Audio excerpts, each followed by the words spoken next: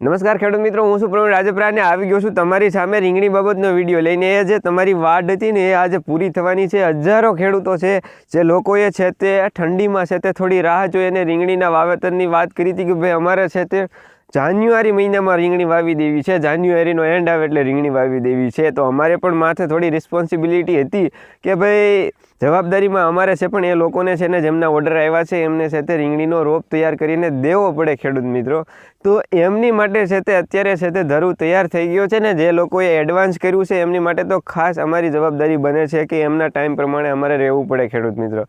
તો એમની માટે છે તે તમે અત્યારે જોઈ શકતા હશો કે બધો જે તમને ધરું દેખાય છે આગળ છે પાછળ છે એ બધો છે તે ચોકલેટ ગુલાબી રીંગણનો તૈયાર થઈ ગયો છે। અને ખેડૂત મિત્રો કંઈક સાઈઝ છે એની આ પ્રમાણે થઈ ગઈ છે અને હજી થોડી ઠંડી પડે છે એટલે ઘણા બધા ખેડૂતો છે તે 2-5 દિવસ જવા દેશે, ત્યાં ધરું છે તે રોપવા લાયક થઈ જશે અને ઠંડીનું લેવલ પણ થોડું છે તે એના લેવલમાં આવી જશે એટલે આપણી રીંગણીના વાવેતર માટે છે તે યોગ્ય ટાઈમ આવી જશે।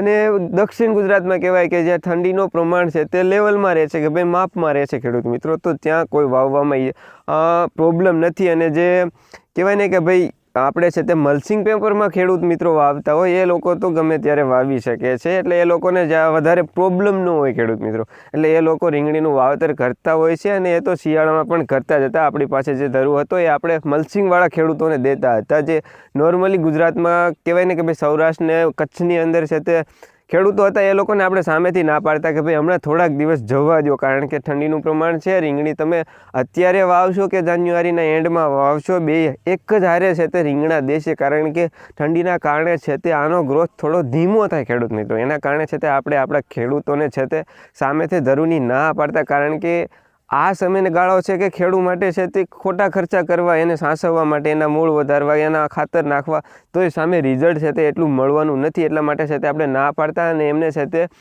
15 થી 20 દિવસ અથવા તો મહિનો એને ખમવાનું કીધું હતું, કારણ કે આ જે ઠંડીનો થોડોક 1 મહિનાનો જે ગાળો હોય છે એ રીંગણી માટે થોડોક કડક હોય છે ખેડૂતનો, કારણ કે એમાં છે તે ગ્રોથ ન થાય કે રીંગણીનો તમે વાવ્યો હોય એટલે જો તમારી રીંગણી ચાલુ છે તો કોઈ પ્રોબ્લેમ નથી હોતો, પણ તમે નવી વાવો તો એનો ગ્રોથ થોડો અટકતો હોય છે ખેડૂત મિત્રો। એટલા માટે આપણે એમને રોક્યા હતા, પણ હવે છે તે ખેડૂત રોકાશે નહીં, કારણ કે ઉનાળો આવી રહ્યો છે ને ઉનાળામાં છે ખેડૂત મિત્રો। અને આ તો 12માસી રીંગણ છે। ઘણા બધા નવા ખેડૂતો છે એ લોકોને કહી દો કે 12માસી ચોકલેટ ગુલાબી રીંગણ ઘણા બધા ખેડૂતોએ જોયું છે ને આપણી ચેનલ ઉપર વિડીયોઝ પણ આપણે અપલોડ કરેલા છે। તમે આ બોટાદના મનસુખભાઈના વિડીયો જોયા હશે ને ઘણા બધા વિડીયો છે જે આપણે ચોકલેટ ગુલાબી રીંગણની માહિતી માટે પણ અપલોડ કરેલા છે। આપણી ખેતરમાં ઊભેલી છે એવી રીંગણીઓના પણ ઘણા બધા વિડીયો અપલોડ કરેલા છે ખેડૂત મિત્રો। તો એ બધા જોઈએ અને ખેડૂત મિત્રો આપણી પાસેથી માંગતા હોય છે કે ભાઈ અમારે પણ ચોકલેટ ગુલાબી રીંગણનું વાવેતર કરવું છે, પણ એનું બિયારણને એના રોપા ક્યાં મળે ખેડૂત મિત્રો, જે નવા ખેડૂતો છે એમના પ્રશ્ન હોય છે। તો એના ધરું છે તે આપણી પાસે અત્યારે છે તે તૈયાર થઈ ગયા છે અને તમે જો જોઈ શકતા હશો કે અત્યારે જે આ તમારી નજર સામું છે તમે અંદાજ લગાવી શકતા હશો એ ધરું છે। અને એ છે તે ઘણા બધા ઓર્ડર પણ આવેલા છે અને એમાંથી છે તે ઓર્ડર છે તે આપણે જાન્યુઆરી અને ફેબ્રુઆરીની જાન્યુઆરીનો એન્ડ અને ફેબ્રુઆરીની શરૂઆતમાં છે તે પૂરા કરવાના છે ખેડૂત મિત્રો। તો એ પણ આપણે કરી દઈશું અને બાકીનો જે રોપ છે આપણા જે નાના નાના ખેડૂતો છે એ લોકો પણ લેવા ઈચ્છતા હશે અને એમના પણ હજારો ફોન આવ્યા છે, તો એ લોકો માટે પણ આ એક નોટિફિકેશન વિડીયો છે કે હવે છે તે તમે આ વિડીયો આ દ્વારા છે તે તમે રોપની ક્વોલિટી પણ જોઈ લીધી છે, એ પ્રમાણે રોપ તૈયાર થઈ ગયો છે। અને જે પણ ખેડૂતોને અનુકૂળ આવે, ભાઈ નાનો જોઈતો હોય એની માટે નાનો પણ છે અને મોટો જોઈતો હોય એમની માટે મોટો પણ ધરું તૈયાર થઈ ગયેલો છે ખેડૂત મિત્રો। તો જે પણ ખેડૂતોને જોઈએ છે ઉપર નંબર આવતા હશે, ઉપર ફોટોઝ અને વિડીયોઝ પણ આવતા હશે અને મનસુખભાઈ બોટાદમાં હતા એમને ખાસ જોઈને ઘણા બધા ખેડૂત મિત્રો આવતા હોય છે, તો એમનો વિડીયો પણ તમારી સ્ક્રીન ઉપર હમણાં આવશે, તમે એ પણ વિડીયોને પાછળથી છે તે યુટ્યુબ ચેનલમાં જઈ અને જોઈ લેજો। અને બાકી રીંગણી બાબતની તમને કોઈ પણ માહિતીની ઘટ પડતી હોય ભાઈ ક્યારે વાવવું ખેડૂત મિત્રો, તો એમના પણ ઘણા બધા વિડીયો છે તે આપણે અપલોડ કરેલા છે। આપણી રીંગણીના વિડીયો અપલોડ કરેલા છે, એમની ક્વોલિટી કેવી છે, અદ્ભુત પ્રકારનું જે આ 12માસી આપણું રીંગણ થાય છે ખેડૂત મિત્રો એ છે તે આપણી ચેનલમાં અપલોડ કરેલું છે। અને હવે આ રીંગણની વાત કરી દઉં, જે નવા ખેડૂતોને ખબર નથી એમની વાત કરી દઉં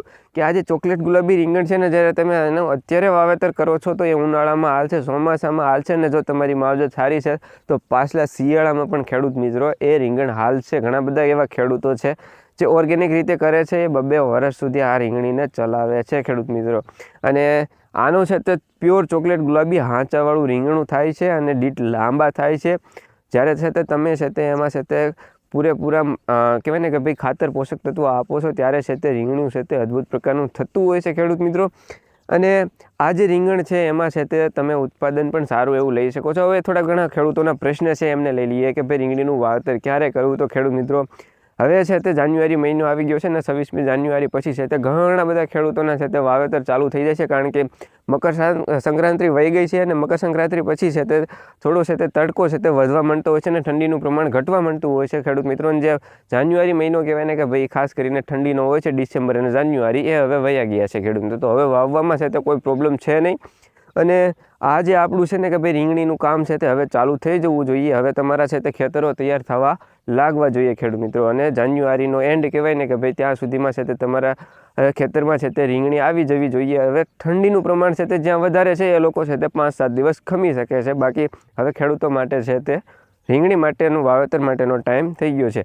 બાકી બીજી વાત કરી દઈએ, ઘણા બધા ખેડૂતોનો પ્રશ્ન હોય છે કે ભાઈ 1 વીઘામાં કેટલા રોપા જોઈએ ખેડૂત મિત્રો. 16 ગુઠાના ખાસ કરીને આપણે સૌરાષ્ટ્રમાં વીઘા હોય છે, તો એમની માટે છે તે કહેવાય ને કે ભાઈ 1200 થળિયા જોઈએ છે. 16 ગુંઠાવાળા માટે 1200 થળિયા. અને જ્યારે 24 ગુઠાનો વીઘો આવે ત્યારે છે તે તમારે 2000 થી 2200ની આજુબાજુ છે તે તમારે છે તે રોપા જતા હોય છે. તો ખાસ તમારે છે તે આ યાદ રાખવાનું છે. બાકી તમે તમારી માપ વચ્ચે જોઈ શકો છો, અથવા તો તમારે થોડું ઘણું વધારે માપ રાખવું હોય તો તમારી જે કહેવાય ને કે ભાઈ જમી પ્રમાણે તમે છે તે રોપાની ગણતરી કરી શકો છો. બાકી એ તમારી માથે હોય છે. આ તો એવરેજ મેં તમને કહી દીધું કે આટલા રોપ જતા હોય છે. બસ તો આજના વિડીયોમાં આટલું જ હતું. તમે રોપની ક્વોલિટી જોઈ લ્યો અને મેં તમને રોપ દેખાડ્યો હતો કે આ પ્રમાણે છે તે ધરું તૈયાર થઈ ગયો છે ખેડૂત મિત્રો. અને બાકી તમે આ બધું જ ધરું જોવો છો એ ચોકલેટ ગુલાબી રીંગણનો છે. પાછળ પણ ધરું તૈયાર થઈ ગયો છે, તમે એ પણ જોઈ શકો છો. તમે અંદાજો લગાવી શકતા હશો કે આ છે તે ધરુના કેટલા થળિયા હશે ખેડૂત મિત્રો. અને આ સિવાય પણ ધરું તૈયાર થઈ રહ્યો છે ખેડૂત મિત્રો. તો આજના વિડીયોમાં આટલું જ હતું. જે પણ ખેડૂતોને છે તે ધરું જોઈએ છે, ઉપર નંબર આવતા હશે, તમે બિયારણ પણ મંગાવી શકો છો. એ નંબર ઉપર જઈ અને ઓર્ડર આપી શકો છો. અને બાકી આજના વિડીયોમાં આટલું જ હતું. જય હિન્દ, જય ભારત. તમારા કોઈ પણ પ્રશ્ન હોય તો તમે કોમેન્ટ કરી શકો છો અથવા તો નંબર ઉપર પૂછી શકો છો.